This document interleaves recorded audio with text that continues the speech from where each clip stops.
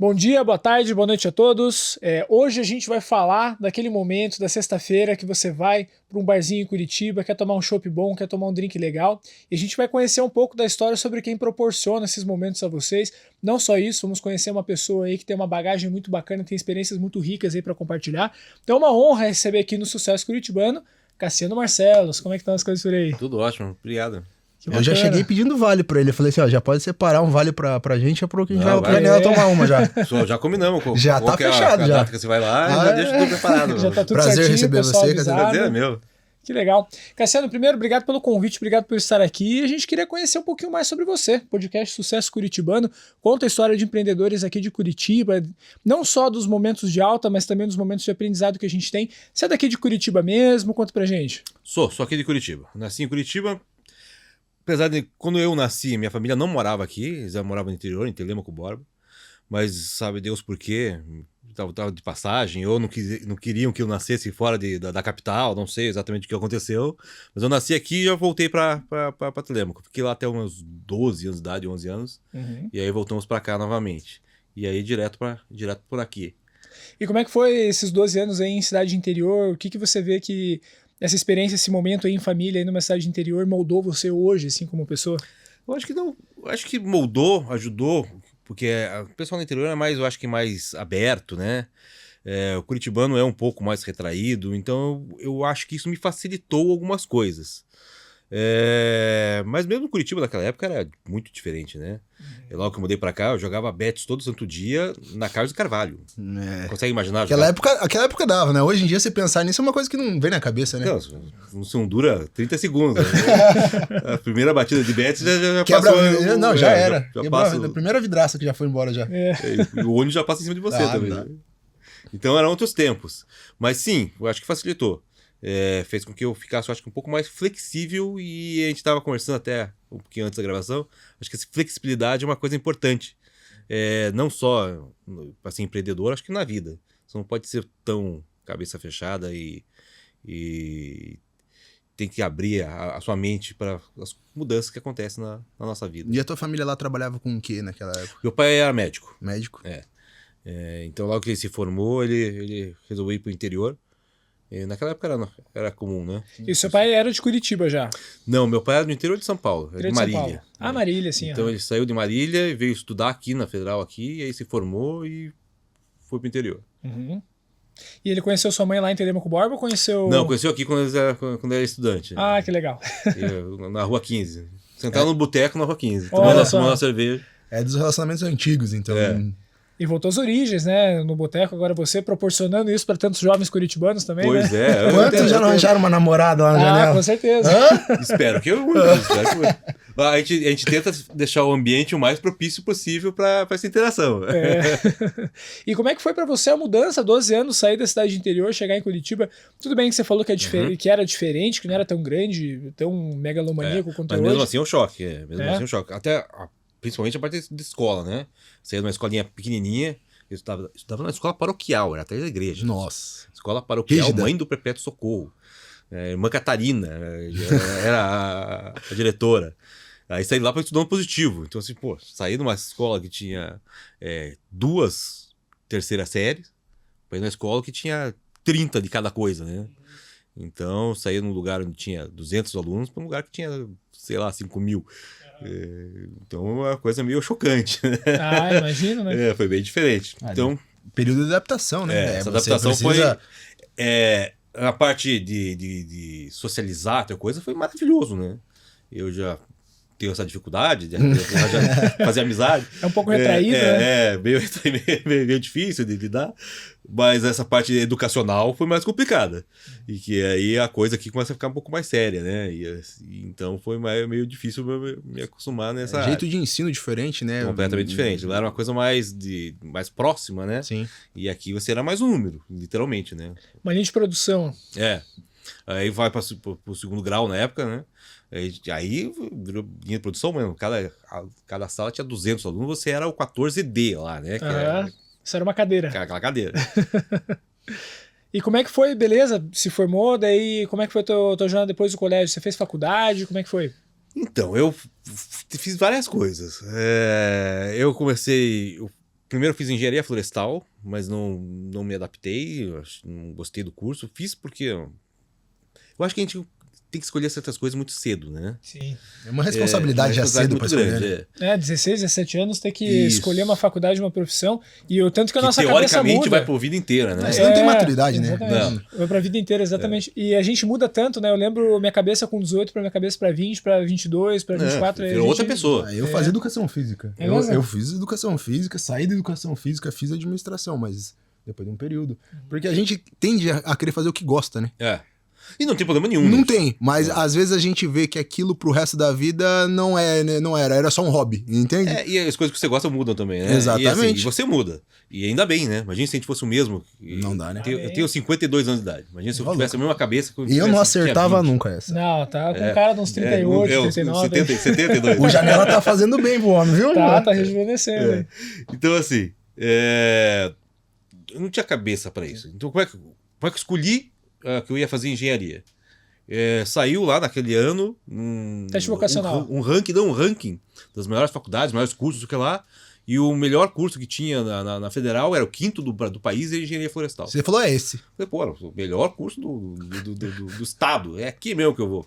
Nada a ver, né? Não sei nem o que ia fazer aquele negócio. E aí não deu certo. E aí eu fiquei muito tempo, inclusive, daí sem estudar. Comecei a trabalhar, fazer minhas coisas e fiquei sem estudar um bom tempo. Voltei a estudar meio tarde. E aí também, outra escolha completamente equivocada. Um monte de amigos meus resolveram fazer ao mesmo tempo vestibular para ciência da computação. É o futuro. Não, todo mundo vai mexer no computador, todo mundo vai ter que programar, não sei o que lá, que tá garantido. Vou fazer essa porra aí, vamos ver qual é. E me formei nessa desgraça ainda.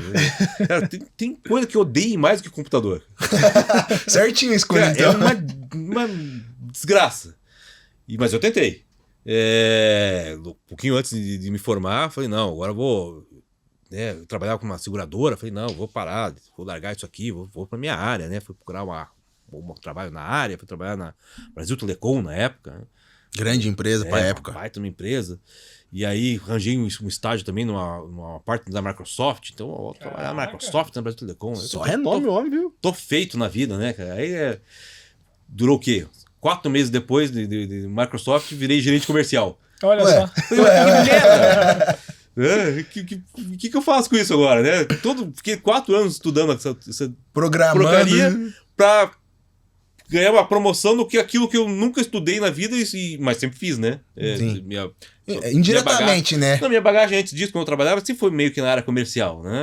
E tudo é venda, né? Você tá numa entrevista de emprego, você tá vendendo. Você tá conversando com alguém, você tá vendendo. Você tá chegando numa menina, você tá vendendo. Tá vendendo. Tudo é venda o tempo todo. Mas é um né? choque de realidade, né? Mas imagina, fazer uma sim. parte, e daqui a pouco você quer um comercial, que Não, e é um trabalho gestão de que é pessoas. 100% Nossa. lidado com computador, com dado, com linha, com código, com estrutura pra... Aí eu falei, quer saber uma coisa? Eu acho que é esse aqui mesmo, meu dom. E aí, depois daquilo, foi a única vez que eu tentei ir mesmo para a técnica, né? Depois daquilo, passei por um monte de grandes empresas, mas sempre com esse viés meio comercial. Aí eu falei, cara, é isso aí mesmo que eu faço e pronto. E fui indo de uma empresa para outra até um belo dia que eu fui chamado, fui morar fora, morar em Cascavel. Boa cidade, Cascavel. É maravilhosa. É quente pra dedéu, mas é maravilhosa. Eu não gosto muito do calor, mas ok. Fui morar em Cascavel, trabalhar numa grande empresa de comunicação. E aí, tava lá já há alguns anos, tô no meio de uma reunião, todos os funcionários da empresa, que o presidente da empresa tinha chamado para fazer umas comunicações lá, e começou a falar umas coisas. Eu falei, cara, não tem nada a ver isso aqui com nada, né? Umas coisas que não iam contra tudo que eu pensava, tudo que eu achava que era certo, que era errado. E uma hora daquela reunião eu falei, o que eu tô fazendo aqui, né? Saí da reunião, entrei na minha sala, fechei a porta, fiquei ali uma hora pensando na vida, pensando literalmente como é que eu vim parar aqui. Eu sou diretor comercial desse negócio, eu nunca quis ser diretor comercial de nada, numa empresa de comunicação. Empresa de comunicação, não tenho nada a ver com isso. Choque de realidade. Eu vim parar aqui, eu vim parar aqui porque eu tava lá eu era trabalhava na TIM, e aí antes da TIM trabalhava num banco, dentro do banco trabalhava não sei o que lá, daqui foi pra lá, daqui foi pra lá. E como é que foi que diabo aconteceu, né? 1h30 depois, eu abri a porta, fui na sala do CEO da empresa, falei, pô, tudo bom, tudo bom. Você me falar que eu tô indo embora. Do nada. Assim? Do nada, do nada. Ele olhou pra minha cara e falou, Tá bom, até segunda. olhou no relógio assim, né? Falou, pô, tá indo embora, mas... sei Tá lá, cedo? 4h30. Não sei nem que hora que você sai, né? Ok, falei, não tá entendendo, tô indo embora mesmo, daqui umas 2 semanas eu volto aqui pra ver o acerto e você tá louco? Como assim tô indo embora? Falei, cara, não tem nada a ver comigo isso aqui, eu gosto muito de você, vamos manter a amizade, sabe?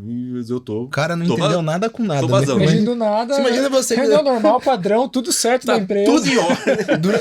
Meia hora antes tava lá conversando, tava tudo certo. Nunca tava vendendo nada, nunca tinha vendido tanto na vida, tá tudo, né? É. O desespero do homem, imagina. Cara, Pra substituir, né? que diabo tá acontecendo? E fui embora. E aí também, desgraça nunca vem sozinha, né? E aquela foi a semana maravilhosa, porque assim, eu pedi a conta na segunda-feira, aconteceu isso, na segunda-feira. Na terça fiquei em casa meio pensando na vida, né? O que agora que eu vou fazer? E aí na quarta-feira a pessoa que eu tinha relacionamento na época chegou em casa e falou, amor, eu tava pensando uma coisa. Começa Falei, assim já dá medo, já. O que você tá pensando, minha vida? Falou, eu acho que você devia voltar pra Curitiba. Ué. Falei, Eu? exatamente. Eu voltar pra Curitiba? Como assim eu? É que assim, aqui é difícil, né? Não tem tantas empresas grandes, né? Pra poder encaixar você. Você tem um currículo assim assado, uma experiência assim assado. Lá fica mais fácil. Falei, e? Hã? E também, assim, a gente não tá tão legal assim. Falei, não? O que o teu chefe se espantou, você se espantou em casa. Veio na mesma moeda rapidão, né? Falei, ué, como assim, né? Não, porque assim, essa. Falei, putz, ok, né? Então, assim, eu perdi o emprego na segunda, me separei na quarta. É praga do chefe, certeza isso aí. E aí na terça eu tava macho ainda, né? Na quarta-feira, quando eu ouvi essa. Ficou um pouco mais manso. Não, eu fiquei bem mais manso. E assim, na verdade, fiquei meio caído. Você assim, não falei, parou pra pensar assim, cara, não devia ter pedido a conta. comecei a ficar preocupado. Falei, meu Deus, o que eu tô fazendo na minha vida, né? E eu vou te dizer que. E aí, assim, foi na quarta-feira que me separei saí do emprego na segunda, me separei na quarta. Na sexta-feira eu fiquei bem preocupado, falei, vou começar a vender minhas coisas, né? Não sei quando é que eu vou arranjar outro emprego, né? Tinha 2 carros, eu tinha um carro de corrida que eu corria também, tinha uma moto, coisa. Falei, botar tudo pra vender, porque vender primeiro, beleza, né? E aí eu tenho dinheiro pra me manter, pra ficar mais tranquilo. E botei tudo pra vender. No dia que eu botei tudo pra vender, eu vendi minha moto. E aí, que era pra ser uma coisa boa, ficou uma desgraça de vez. A separação, né? Porque não é só isso. É que daí que eu me toquei que a gente tem umas certas imagens que a gente cria na nossa cabeça de quem a gente é, que não é exatamente verdade. Então, assim, na segunda-feira eu era o diretor comercial de uma empresa X, eu era o marido de fulana, eu era o cara da Harley Davidson, né? O Cássio da Harley, eu acho que lá, e na final de semana eu não era mais nada. E isso é um choque, hein? Eu não era mais nada. Todas as coisas que eu achava que me definiam, e que muitas vezes as pessoas me definiam, não era mais aquilo. Isso são crenças, né? A gente cria essas crenças dentro da gente, né? De Exato. rotular por uma coisa, por algo. E não precisa nem alguém rotular a gente. A gente se rotula. Nós mesmos fazendo isso, exatamente. Eu sou fulano da fulano de tal, eu sou o dono do tal. E quando a gente perde E aí, quem eu sou? Então, o que eu gosto? O que eu tô fazendo Exato. aqui? E pra ajudar... Perdeu a moto, perdeu o emprego, segunda perdeu a mulher. perdi O que emprego, mais? quarta perdi a mulher, sexta perdi a moto, domingo meu pai infartou. Nossa não. senhora. Me ligaram domingo lá, quer saber? Eu falei, se fosse você, eu vinha pra cá pra falar, né, pra ver seu pai, que a coisa... E ele em Curitiba. Ele em Curitiba. Falei, pronto, né? Completou a semana. Não preciso dizer que eu demorei uns 2 anos pra me recuperar dessa semana. Meu Sim, Deus. óbvio. Então assim, porque você perde o chão mesmo. E até você entender quem é você, o que você gosta de verdade, o que eu vou fazer na minha vida. Eu tive que me reinventar. E aí que eu comecei aí que eu fui querer empreender. Que eu entendi, inclusive, que eu trabalhar para certos lugares e muitas vezes a gente deixar certas coisas acontecerem com a gente não valia a pena. Claro, precisa de uma certa experiência pra isso. A gente precisa ser meio... tá mais velho pra poder entender certas coisas. Eu ia te perguntar justamente isso. Você vê que hoje essa tua bagagem, trabalhar em multinacional como você trabalhou, saber lidar com diversos setores, com coisas grandes, assim, mesmo aplicando às vezes num pequeno negócio que você está começando, quanto que isso influenciou para você conseguir começar do jeito certo, fazer boas escolhas? Eu acho que a gente aprende mesmo só fazendo as coisas erradas, né? A gente faz um monte de coisa certa, mas a gente não sabe exatamente o que deu certo. Acerta só infla ego, né? Vamos falar a verdade, né? E muitas coisas assim, deu certo porque você é genial ou porque... Aconteceu mesmo. É assim mesmo. Mas quando dá errado, você é obrigado a pensar mais. Sim. Né? Quando dá certo, você nem pensa muito o que deu certo. Você toca pra frente, ó, isso aqui deu certo, maravilha. Você não fica remoendo por que isso aqui deu certo. Sim, sim. Você vai lá, chega... Ele tava falando um negócio, até pra cantar a menina você precisa se vender. Mas depois que você começou a namorar a menina, você fica pensando, o que é essa menina? Eu vou te dar um spoiler aqui, que tem um cara que pediu uma mulher em namoro com um papelzinho num restaurante, que o homem é brabo. Nossa, você vai ver no nosso episódio aí que vai quando sair, você vai dar uma olhada. Então, esses detalhes eu não sabia. O homem é brabo. Cara, exigiu muita coragem e não sei como eu fiz, mas aconteceu, Diz que tava com a mão gelada, suando, mas teve coragem. Então, tem que fazer, né? Mas você ficou pensando nisso depois? Se deu certo por causa disso, se tivesse feito diferente, teria dado errado. É verdade, eu só comemorei, né? Agora se ela te dá um corte, você vai chorar uma semana, né? Você não vai ficar pensando assim, ó, puxa vida, o que eu poderia ter feito pra dar errado? Cara, deu certo. Esquece, toca pra frente. E quando errou é justamente isso. O que eu fiz, o que poderia ter feito diferente? Será que foi isso? Será que foi isso? Será que foi isso? Agora quando dá errado, você fica pensando. Pra poder não errar da próxima vez. Então, assim, um monte de coisa, lugar legal que eu passei, um monte de coisa bacana que eu fiz, mas eu acho que onde eu aprendi mais foram as coisas que deram errado. Mas você hoje, com a cabeça que você tem, você não se arrepende de ter pedido a conta? Eu não me arrependo de ter pedido a conta, mas eu acho que não precisava ser daquele jeito. Não tão... não precisava ter saído lá uma hora depois e... Podia ter se preparado para esse momento. Podia ter preparado, podia ter tentado arranjar outra posição. Falei, não, vou sair daqui. Sim. Ou então eu vou empreender, mas vou empreender em quê? Me preparar para isso. Ter um plano B. Mas naquele momento, assim... E é uma coisa que a gente aprende também. A não ser tão imediatista, né? Não fiz mais essas bobagens. Também não vou. nem na empresa, nem com a mulher.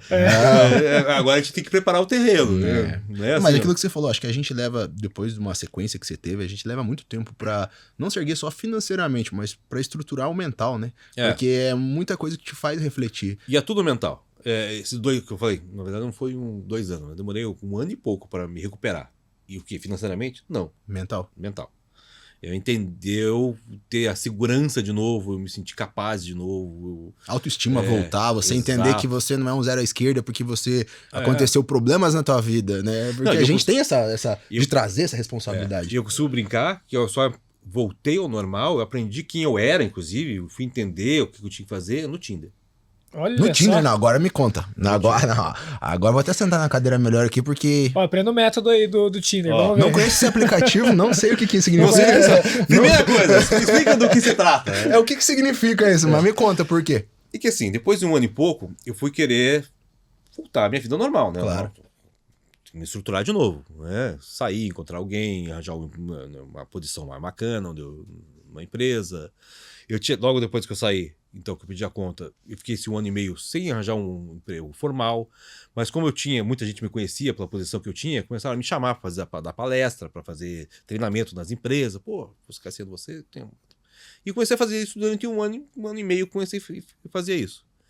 Mas na minha cabeça não era um emprego, e não era também uma carreira, era um bico. Então, enquanto eu não estou arranjando outra coisa, eu vou fazer isso aqui que está aparecendo. Fiz esse bico na minha cabeça durante 1 ano e meio. 1 ano e meio depois que eu fui querer conhecer alguém, entrei no aplicativo, né? Vamos ver como é que isso aqui funciona. E comecei a dar o match com as pessoas. E como é que foi pra você? Você falou que você teve essa questão de descobrir quem você era. Como é que você escreveu a tua bio? Como é que foi esse processo pra você? Não escrevi muita coisa na minha bio, na verdade. Ainda bem que dá pra deixar as coisas em branco. Né? @Cassiano, segue lá. Vamos ver o que acontece. A gente aprende junto no caminho.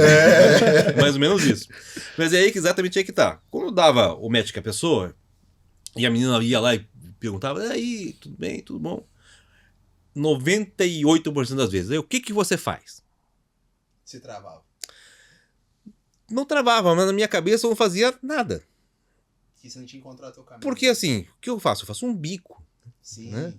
E assim, o que eu faço? Caramba, o que eu vou responder pra pessoa que eu não faço nada, que eu faço um bico? Sei lá o que eu tô fazendo na minha vida. E aí eu fui obrigado a olhar pra dentro de mim mesmo.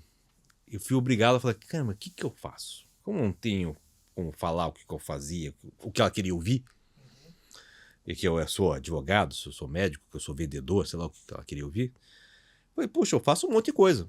E tinha que remoer lá dentro, olhar pra dentro de mim mesmo, falei, eu faço um monte de coisa. Eu cozinho, eu corro, naquela época já fui triatleta, depois virei comecei a correr maratona.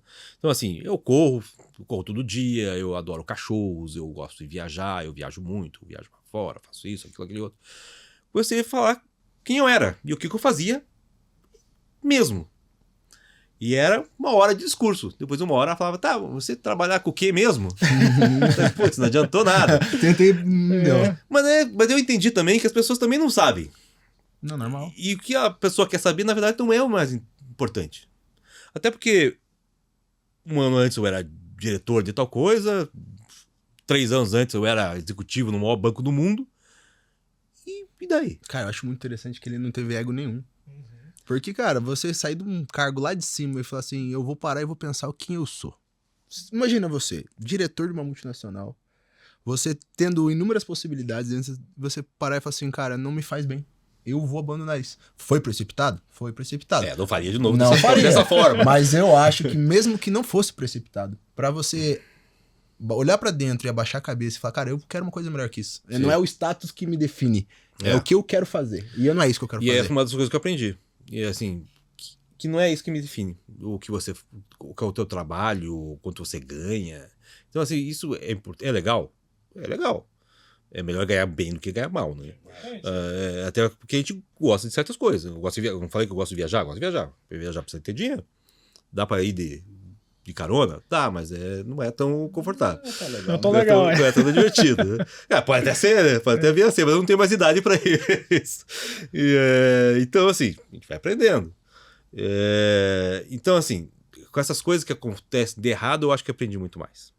Né? E aí a gente começa a fazer, isso aqui eu não faria de novo, ou faria de outra forma. Mas isso também é com o tempo, né, Cassiano? A experiência faz a gente refletir por atitudes que a gente toma. Hoje você pensa 5 vezes antes de tomar uma atitude porque se precipitou no passado. E é só assim que a gente aprende. Não adianta, você se tornou quem você é hoje, o empresário que você é hoje, por tudo os erros que você carregou na tua bagagem. Muito mais os erros do que os acertos. Mas eu vejo também que, por exemplo, esse teu rompante, essa tua coragem de tomar essa decisão que não estava te fazendo bem. Coragem é uma maneira de dizer. Pra não falar loucura, tá? Mas eu acho que é justamente o que faz a pessoa ser empreendedora, né? Porque se a pessoa quer a segurança, se a pessoa não quer sair da zona de conforto, ela não corre risco. Porque, vamos ser sinceros, pra gente abrir empresa, decidir tomar essa decisão, a gente é muito imprudente. Tipo assim, não, deixa lá, depois vamos trocar o pneu do carro com ele andando, depois a gente resolve isso aí, mas vamos começar, né? Eu nunca tive muito essa prudência. Até hoje a gente ouve, né? Os pais, pro pai e pra mãe, a melhor coisa do mundo é você fazer um concurso público, por exemplo. Né? Meu pai sempre fala pra mim, vai fazer concurso público. Cara, isso nunca me passou pela cabeça, eu acho uma coisa tão absurda a pessoa se limitar e se querer se encaixar naquele negocinho ali por causa de uma aposentadoria especial. Não sei se eu vou estar vivo daqui a 20, 30 anos, vou ficar preocupado com uma aposentadoria especial. Esperar se aposentar pra viver, né? Pelo amor de Deus. Não tem como, né? Não tem, pra mim não faz sentido. Não é o meu estilo de vida também. Mas tem gente que vai fazer sentido? Ótimo. Precisamos de gente assim, né? Exatamente. E não tem nada de errado também. É um excelente caminho, a galera estuda, se dedica, precisamos, né? Diferente, né? O cara que arrisca, o cara que não tem medo, o cara que... Ele tem que pagar o preço e tem que ser recompensado por isso. Mas é uma coisa também que dá muito da nossa educação, da nossa sociedade, né? Assim, a gente tem que ter... Todo mundo tem que ser líder, né? Todo mundo na empresa, curso de liderança, tem coisa... Você sabe se aquela pessoa quer ser líder? Não vai ficar lá. Vai sair da zona de conforto? Dane-se. Se a pessoa não quer sair da zona de conforto, ela quer ficar atrás do computador fazendo aquilo ali essa vida, ótimo, alguém vai ter que fazer aquilo lá do mesmo jeito. Acho que eu errei numa coisa que, no longo do tempo do empreendedorismo, você pode me dizer que é o quê? A gente querer moldar pessoas que não se moldam. Sabe, você pegar um perfil e falar assim, cara, você pode mais, você consegue mais. Você... Claro que pode. Pode, mas ele não quer, cara. Mas quer? Aí você fica lá batendo em ferro frio, se decepcionando em querer ajudar e querer moldar pra que a pessoa seja uma coisa que ela não quer ser. Uhum. Não perca seu tempo com isso. E você leva do lado pessoal. Mas que a pessoa não quer fazer diferente. Pô, eu tô Mas, ajudando, caramba, eu tô gente. treinando, tô capacitando, o cara não evolui, mas a evolução tá nele, não adianta. É. Exatamente. E esse é um negócio que eu vejo, por exemplo, dizem que relacionamento, seja amoroso, profissional, tem que ser 50-50. Eu acho que tem que ser 60-40 e os dois lados têm que querer ser os 60. Exato. Porque se é 50-50, eu falo assim, não, já fiz, agora é a vez dele. Mas fiz a minha parte, E o cara É. fala assim, não, mas semana passada eu já fiz, agora que eu tenho que fazer ele. Mas se todo mundo quer ser os 60, daí o negócio vai pra frente. Mas isso que você falou, são perfis, a gente precisa do ambicioso, a gente precisa da pessoa que tá tudo bem também. É o conservador, que quer né? Não manter aquilo. adianta. Tá, E aí tá você, ótimo. E aí você, em vez de bater dando um ponto de faca, fala assim, não, essa pessoa não serve pra isso aqui, vou colocar ela em outra posição, ou vou mandar ela embora. Sim. Porque às vezes você mandar a pessoa embora é a melhor coisa que você faz pra pessoa. Exatamente, porque às vezes a pessoa tá presa numa coisa que ela não evolui. Exatamente. Presa naquela segurança Sim. que não existe, né? E fala, cara, você é maravilhoso, mas não pra isso aqui. Eu vejo em você isso aqui. Se eu fosse você, inclusive, eu procuraria alguma Pro coisa teu nessa bem. área. Nessa área. E vai bater voo por aí. Eu tenho uma opinião que se não tá bom pra um, não tá bom pro outro, por mais que o outro ache que tá bom pra ele, não tá. Então isso que você falou, não tá legal no emprego, o cara sente que você não tá feliz, que você não tá satisfeito, o cara fica nervoso, o cara se sente pressionado, e às vezes tem um emprego que vai ser mais dentro da área dele, dentro do que ele precisa. Pô, o cara tem que se comunicar, fica super nervoso, não quer falar com o cliente. Tem outro emprego ali que ele vai ficar 100% no administrativo e vai deslanchar, vai arrasar dentro daquilo, né? E a gente, é injusto com a gente segurar esse talento, segurar essa pessoa, melhor. É deixa algo ela que eu aí. aprendi, cara, porque eu tinha uma grande dificuldade justamente disso. De falar pro cara, assim, ó, mandar o cara embora, porque eu sempre acreditava que aquela pessoa podia melhorar. Sabe quando que a gente para de acreditar? Quando a gente cansa. Que quando começa a te prejudicar. Porque enquanto você tá percebendo, mas não tá sendo prejudicado, você, não, dá mais uma oportunidade. Não, dá. É que quem paga a conta é você, né, cara? Aí começa a se prejudicar, começa a vir os problemas, você fala, não vai dar mais não. Aí você se obriga. E ela vai melhorar, mas não pra você. Exato. É igual relacionamento. É. É uma namorada perfeita, mas não pra você. Aí pegou num ponto importante, viu? Exatamente. Assim, nossa, mas dei todas as chances pra aquela pessoa, não sei o que lá, ela separou de mim e casou com o outro no dia seguinte. Em 3 meses lá, tá casado, feliz, Pois é. 2 filhos já Ela era a encaminhados. pessoa certa, Mas não pra mas você. não pra você. Exatamente. E ali em que momento que daí você começou a falar, não, agora eu vou empreender mesmo? Você falou ali Quando eu comecei a ver que certas.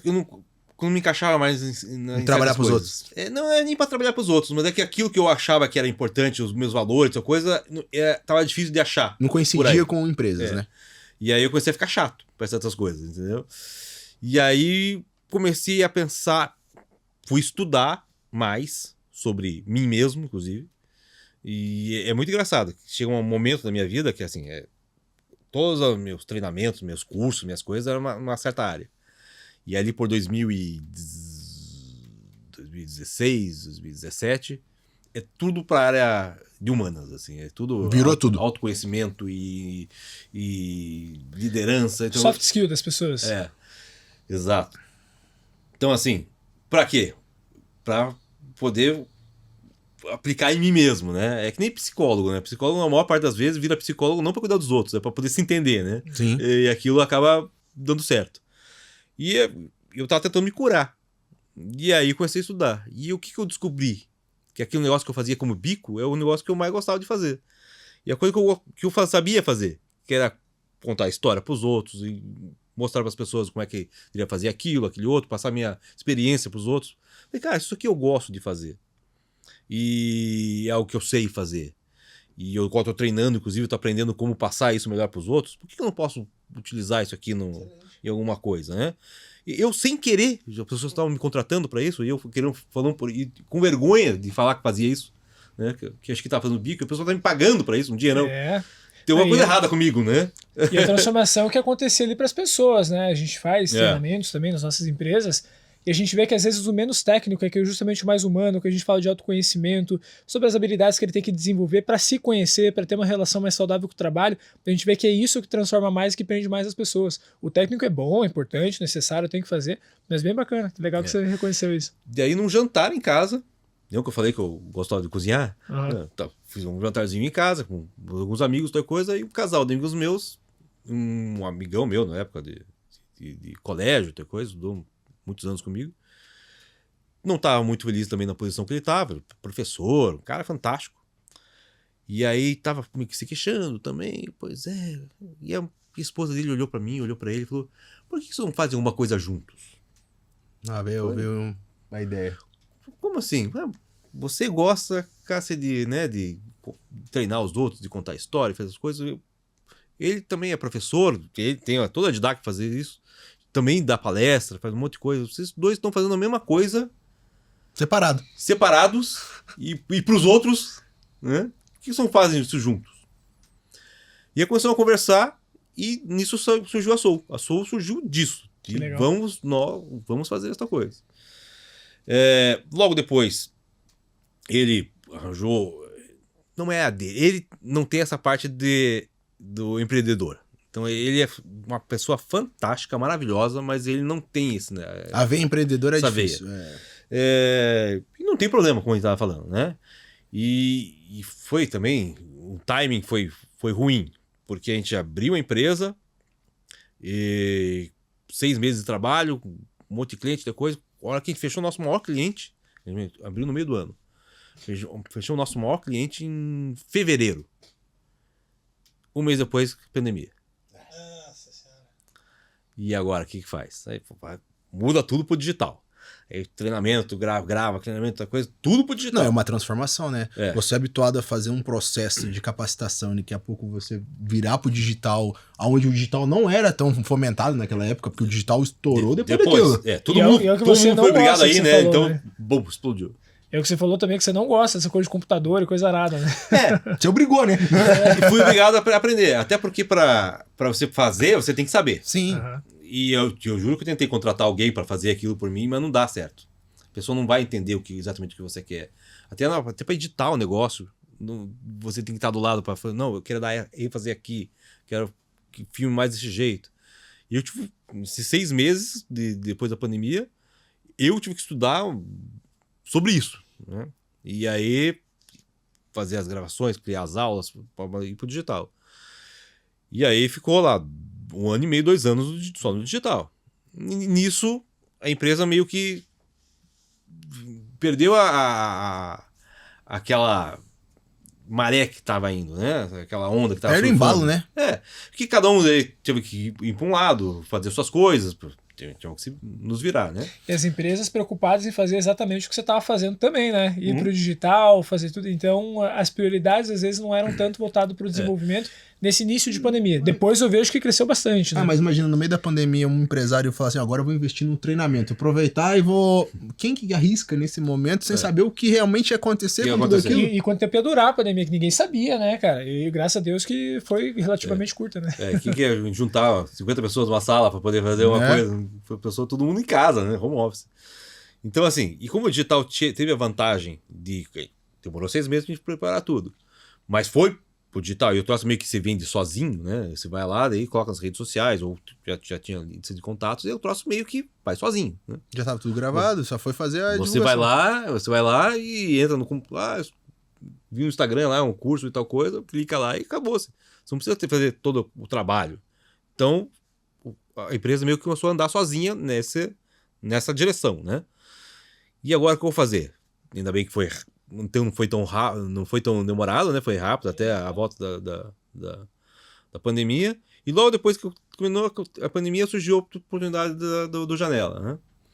E como é que foi essa decisão? Um bar, você ali... Pós-pandemia, não, se bem que a galera tava justamente por isso, né? Na verdade, né? O pessoal tava com esse fogo de sair de casa, né? Preciso ver gente, preciso socializar. Mas é que era arriscado, né? Porque da mesma forma que a gente tava com pós-pandemia e o pessoal queria sair, a gente tem um receio, a gente não sabe se a vacina vai ser eficaz, se vai voltar, porque quem sofreu mais foi os bares, né? Mas eu vi como uma oportunidade, até porque, infelizmente, muito bar, restaurante quebrou durante a pandemia, né?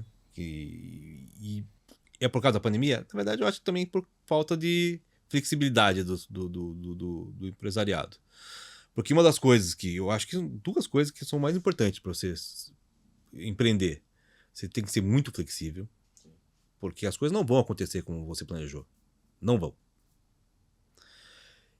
E você tem que ser muito resiliente, porque não vai acontecer do jeito que você planejou, e você ou desiste quando está errado, E você tem que ter essa resiliência. Então você tem que aguentar e pensar o que eu vou fazer de diferente e mudar os planos. E mudar a rota. Se reinventar, né? Se reinventar. É diário isso, né? Aham, com E é certeza. diário. O ano passado, por exemplo, a gente focou muito em evento. Então, puxa, tem um período lá que diminuiu um pouco o movimento. Falei, vamos chamar uma banda. Aí tinha pagode, por exemplo, quase toda semana. Pro azar dos meus vizinhos. Então, assim, tá, diminuiu o movimento, o que eu posso fazer? Eu posso ou me queixar da vida ou mudar alguma coisa. Sim. Aí colocamos lá umas bandas, isso aqui não deu certo, arranjamos uma lá que deu certo, um pagode. E aí você cai também num erro. Eu vi uma vez uma palestra do Clóvis de Barros falando isso, que era sensacional. Ele falando sobre um milho que ele gostava lá. Sabe que você tá viajando, vê aquele milho cozido e resolve comer o milho? Você para lá e come aquele milho com a vontade. O primeiro milho desceu com uma beleza, o melhor milho do mundo. Aí você faz a bobagem que é comer o segundo milho. E o segundo milho nunca é igual ao primeiro milho. Não era nem milho, era pamonha quando ele conta essa história. E a segunda pamonha não é igual à primeira. Você não tá mais com tanta fome. O desejo já não é mais o mesmo, né? E aí você olha aquela segunda pamonha e aí fala, não é a mesma coisa, mas é boa ainda. Eu vou comer a terceira. E aí estraga. Lascou. Aí não vai cair bem, inclusive, a pamonha. E aí você, como aquele negócio tava dando certo, então é pagode essa semana. E aí esgota. Surfou a onda, surfou. E assim, a gente levou a sorte no começo que a banda não era muito conhecida, mas de tanto a gente colocar lá, ficou conhecida. E aí tocava uma vez por semana, 6 meses depois estava tocando todo dia. Então aquele grupo que era fiel àquela banda, que ia lá no bar, porque tocava lá toda semana, vai ver em outros lugares. Então assim, a gente começou na noite do pagode, vendia X, 6 meses depois vendia 3 vezes menos. Eu acho que essa é a maior dificuldade, né? Porque como que você consegue trazer público novo? Porque senão você tem que trocar o público do teu bar, até mesmo para nome, para você conseguir manter uma qualidade, manter um público repetido, né? Porque você imagina, que nem ele tá falando, a gente traz uma banda de pagode, aí pagode de novo. Começa a ficar muito maçante, né? E como manter um público de um bar?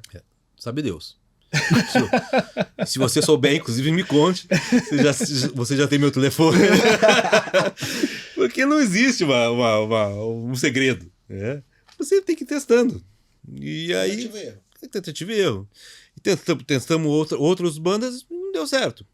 A gente ainda teve a vantagem de que, como a gente tinha dinheiro em caixa, porque outras coisas que a gente aprende também é não parar de fazer loucura. Nunca estrangular o caixa da cabeça. Então a gente teve a oportunidade de testar certas coisas, né? Então testamos isso aqui, não deu certo, isso aqui não deu certo, isso aqui não deu certo. E aí chegou no momento, esse ano, que a gente resolveu fazer o inverso. Falei, cara, ano passado o primeiro semestre foi muito bom, porque, né, surfamos nessa onda do pagode, outra coisa. O segundo semestre não foi muito bom. Por quê? Porque a gente gastou muito dinheiro nesses testes. Não faria de novo? Claro que faria. Eu só sei que não deu certo porque a gente testou. Porque a gente errou. Esse ano que a gente vai testar o quê? Cara, falei, esse ano não vamos testar nada. Esse ano vamos fazer o contrário. Esse ano não vamos recolher o nosso investimento.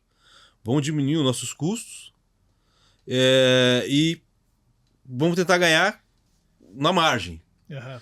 Então esse ano a gente está fazendo menos eventos, fazendo eventos que são mais junto com parceiros e tal coisa, e diminuímos o investimento, mas aumentamos nossa lucratividade. Eu acho bacana que vocês são muito criativos lá. Teve feira de adoção esses dias ali também. Teve né? no domingo passado. De cachorrinho. Então, esse tipo de mudança de teste, da tua criatividade, de testar, explorar novas coisas, eu acho que atrai bastante as pessoas e fideliza, né? O cara não sabe o que vai ter, mas pode ser que tem coisa diferente, às vezes vai estar rolando algum evento especial, né? E nesse caso específico, mostra quem a gente é também, né? Que a gente é preocupado com a sociedade, preocupado com os animais, e as pessoas se reconhecem nisso. E a gente faz isso de coração, não faz isso pra ter like. A gente faz isso porque a gente adora. Não é um marketing, né? Não tem É. nada escondido por trás, né? Não tem segundas intenções, né? Claro. A segunda intenção nesse caso era ganhar o dinheiro para dar pra ONG. E foi muito legal. Nossa, aquele dia lá tinha um drink específico que todo o dinheiro era revertido pro negócio. E normalmente, domingo, que não dá muito movimento, a gente vende lá, sei lá, 15 drinks daquele dia vendeu 72. Nossa. Olha. Então, E eu não fui porque eu moro longe, eu fiquei com medo de voltar com 3 cachorros, cara. Isso é um risco mesmo, que não tem como não. Eu ia com 3 cachorros debaixo do braço lá, depois resolve, né? Briga com a mulher, dá um jeito. tudo dá um jeito. Não, mas ela tava com medo de ir também pra isso, também, pra não levar o cachorrinho junto. Você não tá com um? Toda a minha drozinha resgatada também. Então, lembra que era resgatadinho? Sim, Você precisa de uma companhia, tadinho. Pois é, estamos trabalhando nisso, né? Mas esse é o desafio do bar, né? O desafio do bar é você trazer público, conseguir fazer essa rotatividade para que mais gente conheça numa concorrência que agora em Curitiba acredito que esteja muito alta, né? Sim. A concorrência em Curitiba agora, os bares, muitas franquias também. Muitas. Então, você ter esse turnover, né, é complicado. Isso. E você tem que ir testando. E às vezes aprender com o que deu errado. Então, nesse momento, estamos economizando tudo e fazendo as coisas mais tranquilas. Então, daqui a 6 meses talvez não dê muito certo. Talvez essa falta de investimento em outras coisas diferentes está dando certo agora, mas daqui a 6 meses pode diminuir o número de clientes. Então, investimos de novo. Começamos os testes novamente para ver o que acontece. E assim é a nossa vida. Então, é testando, não tendo medo de testar e não tendo medo de mudar a tua percepção e o que você acha que é certo. E sem ego na jogada, né? Tive uma baita de uma ideia, com perdão da palavra, foi uma merda. Toca o barco, faz outra coisa. Fecha o bar e abre um restaurante japonês. Você não tem esse problema de falar assim, eu vou fechar essa empresa e vou montar outra. Você não tem esse apego com o negócio. Não. A empresa é pra você dinheiro. É legal. Eu costumo... É muito engraçado, porque como o Igor viu, para abrir lá a gente ficou uns 4 meses em reforma. 4, 5 meses em reforma. Investimento gigante também. Eles fizeram arte, porque o imóvel do jeito que tava não era ruim o imóvel, mas você teve que mudar tudo, né? Teve que... Não era, parecia que não era ruim. Mas a gente teve que trocar de tudo. As coisas que a gente não imaginava que a gente teve que trocar, teve que trocar. O telhado, a gente teve que trocar inteiro o telhado. Tinha uma trincazinha no segundo andar, tem uma viga. Tinha uma trincazinha bem no meio da viga. Eu falei, cara, que esquisito essa trinquinha, né? E não dava pra pintar porque tava meio rachadinho mesmo, né? Desencargo de consciência, né? Eu vou chamar um engenheiro pra ver se tá tudo em ordem aqui. No meio do negócio, no meio do salão, o cara me botou 2 caixas d'água de 2.000 litros em cima, tinha 4 toneladas em cima do negócio. Tá? No centro? No centro do negócio. Se você não vê isso aí, o risco que você tá correndo, hein? Meu Deus. Não, eu tava lá fazia 10 anos. Mas daí? Se estourar na hora que eu tô lá, é problema. E daí? Tava começando a fazer efeito os 10 anos. Então, putz, tira as caixas d'água lá, olha lá a planta original, onde é que era pra estar as caixas d'água. Coloca no lugar certo. Então, assim, um monte de coisa tinha que mudar. E quando tinha que mudar muita coisa, e eu chegava lá todo dia, 6 horas da manhã, e era o inferno, né? Foram 4 meses complicados. Chegava às 6 horas da manhã, chegava o primeiro peão. E aí, meio da tarde, os peões começavam a ir embora, chegava o pessoal da elétrica, chegava o pessoal da hidráulica.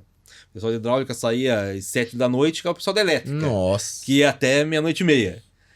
E aí chegava em casa 1 da manhã, às 5 eu acordava pra voltar pra lá. Foi 4 meses assim. Então, não tem nenhum parafuso lá dentro que eu não tenha participado junto. E foi bem bacana acompanhar isso, porque de vez em quando eu passava, você vem ver como é que tá ficando, você me mostrava. Você tá na cadeirinha de praia, você tá não sabia que ia ter ainda as cadeiras de praia lá na frente, mas foi um prelúdio, né? Foi. Você tá na cadeirinha de praia lá na frente, olhando cada coisa, então, cada prego que tem lá, eu acompanhei. Então, é como se fosse um filho? Sim. Mas não posso ficar apegado. Né? Não posso me prejudicar. E hoje tem muito empresário que se apega muito ao negócio como se fosse um filho, né? Pega empréstimo, faz loucura aí pra sustentar algo que é insustentável. Minhas coisas estão sempre à venda. Se quiser chegar lá e comprar o bar, mas na mesma hora. Mas isso a gente fala de uma maneira de brincadeira, mas é muito importante, porque às vezes tem empresário passando dificuldade agora por ego de não vender ou não fechar. O lugar que era antes de ser o bar, antes de ser o Janela, era um restaurante. E o restaurante quebrou na pandemia. Um dos lugares que quebrou na pandemia. E depois que passou a pandemia, o troço ficou fechado mais 1 ano e meio, Sim. quase 2 anos. E o cara, não vou dizer que o cara tava pagando aluguel, porque ele não tava. Né? Então, assim, tinha 1 ano e meio de aluguel atrasado. O cara não pagou nenhum imposto. O cara... É isso que eu ia falar, IPTU lá a gente sabe como é que é, né? E o troço, o cara ficou 1 ano e meio com o lugar fechado, vendendo ponto, Pra não se desfazer. para não se fazer. Então, assim, eu comecei a conversar com o cara falou, não, eu quero tanto. Eu falei, mas por que você quer tanto? Não, que é minha dívida, não sei o que. Eu falei, cara, não interessa quanto que é a tua dívida. O que você está vendendo? O que é isso aqui? Isso aqui não vale isso aqui, né? E na realidade E você aí- sabia que ia voltar pra você uma hora ou outra, porque o cara não ia dar conta, que Não ia a dar pouco conta, ia exatamente. entregar. E aí eu tentando mostrar pro cara, falei, cara, isso aqui você tinha que ter vendido. Tinha que ter vendido, não. A hora que quebrou o negócio mesmo, tinha que ter fechado a porta para chegar pro proprietário lá no negócio e falar, ó, tá aqui a chave, não tenho condições, vai tu indo embora. Agora, para vender o ponto. Pra pagar a conta? E tinha 0 conta. Aí resolveu vender o ponto por 150 mil, a primeira pedida dele. Não vendeu por 150 mil. E ficou lá 1 ano e meio. No final do 1 ano e meio, ele vendeu por 80, mas ele tinha 280 de dívida. Pelo amor de Apego Deus. sentimental. Eu não Então, vejo assim, outra coisa que não seja. Uma bobagem, né? Mas não sou eu que vou mostrar isso pra ele, né? Eu espero que ele tenha aprendido. Não aprendeu, mas ok. Porque se ele fosse aprender, nos primeiros 3 meses, ele começou a bater as contas, ele já tinha se tocado, né? Mas então é isso, assim, não tem apego. Tá tudo à venda. Mas acho que isso vai falar muito do que você começou a conversar com a gente, que você fala daquilo de você era o diretor e aí você tirou esse cargo, você era o cara da moto, você perdeu esse cargo. E isso mostra muito, porque é importante a gente entender que hoje eu sou o dono da rede Valência, mas se amanhã eu não for, eu continuo sendo a mesma pessoa. É uma coisa sobre estar e não ser, né? É óbvio. Eu estou como... Então, quando voltei para Curitiba, até montar a Soul, demorou um certo tempo, até pensar na ideia e desenvolver, e até criar a marca, outra coisa. Ficou lá, sei lá, demorou 1 ano. Não ia ficar 1 ano em casa só pensando na vida. Fiz 1 ano de Uber. Uhum. Imagina, você era diretor. Você... Em nenhum momento você falou assim, cara, eu não vou fazer isso, que Eu isso não não é era pra nada. mim. Você estava. Exato. Não tem ego nesse momento, eu acho, né? Com certeza, que Quando legal. você se toca que você não era mesmo, e não é nem, não sei nem se é questão de ego ou não. Hoje em dia eu acho que até que é imbecil quando. Não é questão de ego, é questão de inteligência. Né? Você achar que você é diretor de alguma coisa, ou que você é gerente de uma coisa, que eu sou dono do Janela, o dono da Soul. Não sei se eu vou estar vivo amanhã. Mas é exatamente isso. E hoje as redes sociais fazem muito isso. Uhum. Porque elas tem vendem que uma, parecer, né? elas vendem uma coisa e você tem que se vender aquilo para as pessoas valorizarem quem você é, você precisa ser algo. Cara, não existe Só isso. momentos de glória. Não existe isso. Internet, Instagram, quem tá vendo sabe que é verdade, a gente mostra o que a gente quer. Agora, a realidade, o quanto você passou de dificuldade, o quanto, quem tá por... Ninguém tá vendo. Foi 1 semana pro resto da vida, né, Cassiano? Foi difícil aquela semana. E eu, Imagina. quando eu vou dar palestra, no momento eu conto essa história. Mas você falou pra gente que você, quando você saiu da empresa, que você teve essa semana de caótica na sua vida, né? Você tava em busca de... Minha crise existencial. Você tava em busca de se reconhecer. Hoje você pode falar que você se achou e reconheceu quem você é? Não. Porque amanhã eu talvez não seja mais quem eu sou. Porque a gente vai mudando também. Então a gente não tem como falar assim, eu sou isso, aquilo.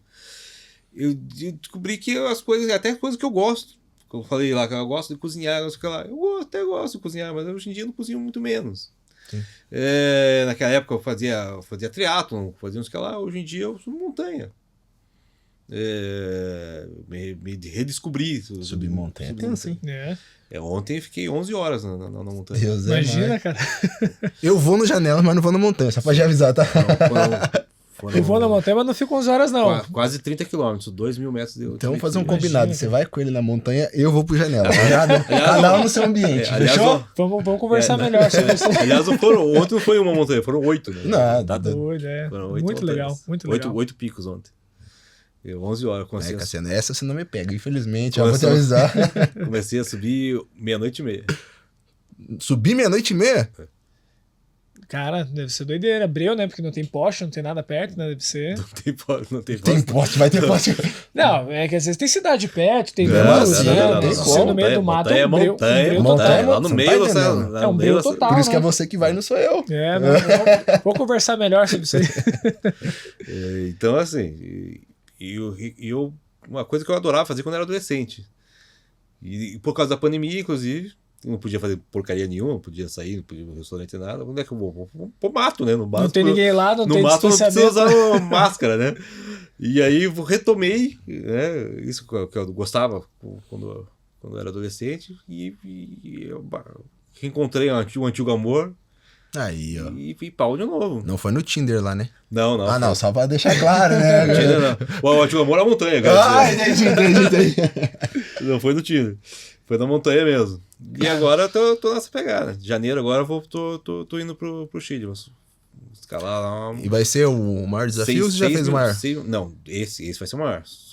É alta montanha, 6.000 metros. E a ansiedade pra isso? A minha mala tá pronta faz 3 meses. Eu vou dia 3 de janeiro. Minha mala faz 3 meses e tá pronta. Aham. Será que o homem tá ansioso ou não? Imagina. Imagina isso, não. Ah, é natural, né? Eu acho que eu acho que isso vem muito da tua veia de empreendedor, sabe? Esses desafios. Eu acho que cada vez que você vai pra uma montanha nova é a mesma coisa que um negócio novo. Você tem esse desafio de tentar superar. Conquistei. Qual que é o próximo? Mas essas são duas coisas diferentes. Primeiro eu conquistei e vou pra próxima. Quero fazer sempre uma montanha diferente, pra ver uma vista diferente, Sim. um nascer do sol, um nascer diferente. Mas a montanha, pra mim, tem uma segunda coisa. Ontem, quando eu fui pra montanha, eu não tava bom, não tava legal.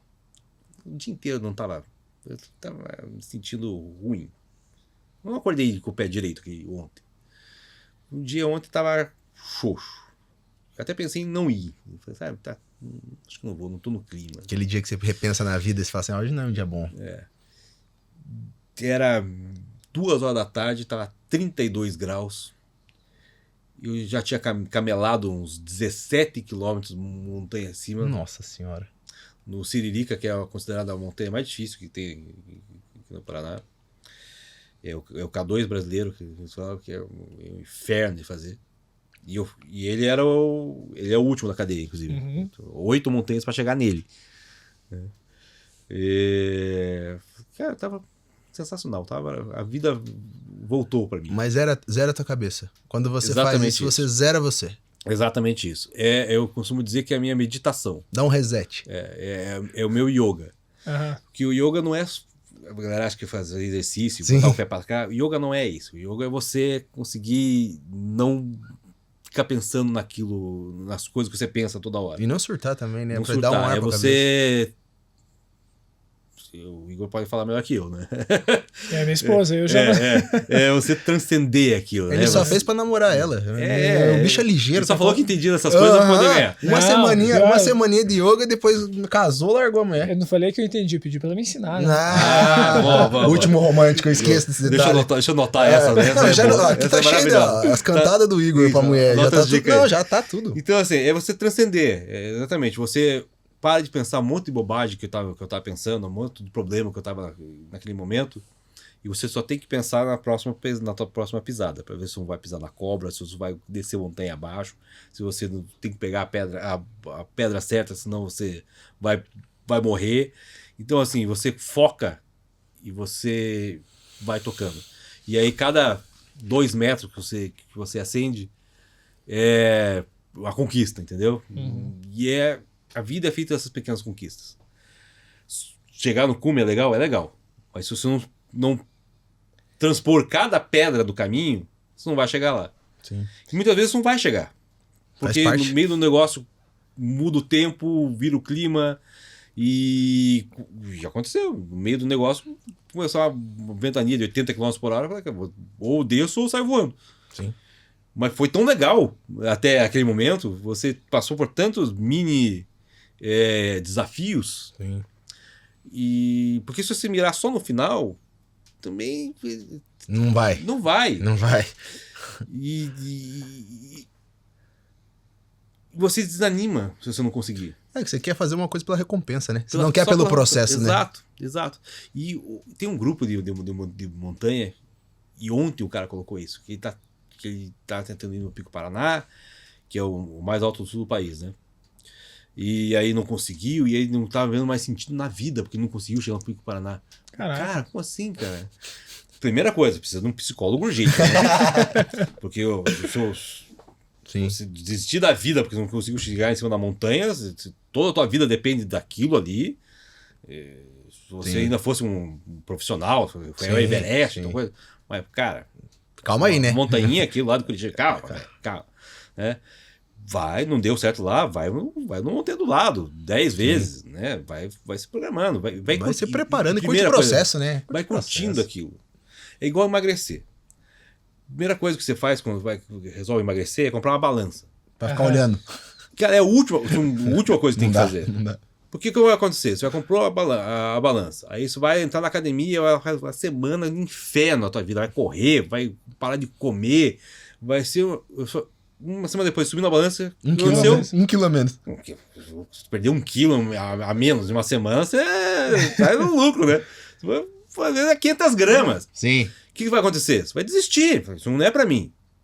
Então você não tem que pensar nisso. É quem tá olhando o resultado não acompanha o processo, não adianta. Você tem que colocar micro-objetivos. Porque o micro-objetivo você vai conquistar. É motivacional. E aí você vai se motivar. Sim. Porque você vai pensar assim, não, vou correr uma maratona. O cara não corre 5 km, quer correr uns 40. Exato. E, cara, você não vai conseguir, vai Sim. morrer no meio da maratona. Ou vou querer subir ao Pico Paraná, vai cair lá em cima, vai morrer. Sim. E tem acontecido muito, inclusive. Né? Cuidado. Essa semana foram 2. Né? Eu vou só assistir a primeira lá, vou ficar na base da Você vai, eu vou pro Janela. Já tá depois aí, ó, vai. Você vai se dar bem, Massa. Então, assim, coloca os mínimos objetivos. Sim. Seja para emagrecer, seja para subir a montanha, ou seja para se empreender. Ah, eu quero abrir um bar, vai ser o maior bar do mundo? Calma, filho. Abre uma portinha. Uma janela. Já querem começar grande, né? O Janela começou como? Hoje em dia a franquia tem mais de 20 lojas abertas.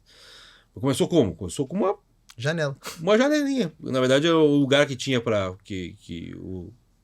os 3 meninos que são os donos da franquia alugaram, e o lugar só tinha uma janela mesmo, que é um anexo de um outro imóvel, e vão testar aqui as nossas coisas. E deu certo. Não deu certo, ele alugou o imóvel inteiro, mas depois que deu certo. Sim, depois que validou o processo, né? Então assim, o pessoal quer cara, começa pequenininho. Sim. Até se não der certo, o teu prejuízo é menor. Claro. Eu acho que é sobre processo e resiliência. Então é sobre você conseguir traçar metas atingíveis, diárias, para você não se frustrar e para você não queimar rápido, né? Às vezes o cara é fogo de palha, quer fazer tudo em 3 meses, dá o máximo, se estoura tudo que tem financeiramente, emocionalmente, energeticamente ali pro negócio, não dá certo. Mas se você fazer o básico bem feito todos os dias com constância, não tem como dar errado. E fazer a meta, que é diferente de ter sonho, né? Sim. Realidade, né? Vamos calma. E não é só isso. A meta tem que ter o prazo, tem que ter o quanto que você vai colocar. E qual ação você vai fazer pra chegar nisso também, porque não adianta nada colocar. Vou fazer tal coisa. O que tá programado aí? Como é que você vai programar? Que nem eu converso com meus gestores, né? Quando eles vão passar a meta que eles prevêem, eu falo, tá, beleza, essa meta, mas... Baseado no que vocês vão chegar? Não, nós vamos trabalhar. Não, calma. Não é assim. Não melhor. Não é assim. não dá pra se embasar nisso, né? E assim, eu acho que pra gente finalizar aí, Cassiano, quero que você deixe um recado pro pessoal aí que tá empreendendo. Você é um cara que saiu de diretor de uma multinacional, não teve problema algum de virar Uber por um tempo, se encontrou, hoje é um empresário renomado em Curitiba. Que conselho você dá para essas pessoas que estão querendo empreender nesse momento? Não desista, mas também veja, é muito difícil você separar, você ser resiliente com você ser teimoso, né? Você não pode desistir, mas você também não pode ficar batendo cabeça o resto da vida. Então estude, se cerque de pessoas de confiança do outro lado, que não vão ter medo de te falar para você que você está falando bobagem. Mantenha a cabeça aberta para você ouvir isso tudo. E vai arriscando, vai testando. Não tenha medo de errar. O erro é o teu maior professor. Só que você tem que aprender com eles. Então aprenda com os seus erros e toca para frente. Cassiano, obrigado, Maravilha, cara. Muito obrigado. Estamos muito felizes de estar com você aqui hoje. Gente, foi um prazer. Cara, a gente vai te dar uma lembrancinha pra você levar aí, que Deus te maravilha. abençoe. Muito obrigado pelo aprendizado de hoje. Vai ficar lá no... Vou levar lá pro janela. Isso. Legal. Não, leva lá que eu Vai quero ficar ir lá vai bater uma ficar foto com ele penduradinho. quando eu chegar lá. Já ganhou até um vale. Aí, ó, tá Aí, vendo? ó. Tô falando pra você. Você montanha acho que eu aí, vou o pular a janela. montanha, cara. Não, Vamos lá, você vai não. pra montanha. E é isso, pessoal. Estamos encerrando mais um Muito episódio do obrigado. Sucesso Curitibano. Muito obrigado quem acompanhou a gente aí. Compartilha, segue, nos ajuda. Valeu.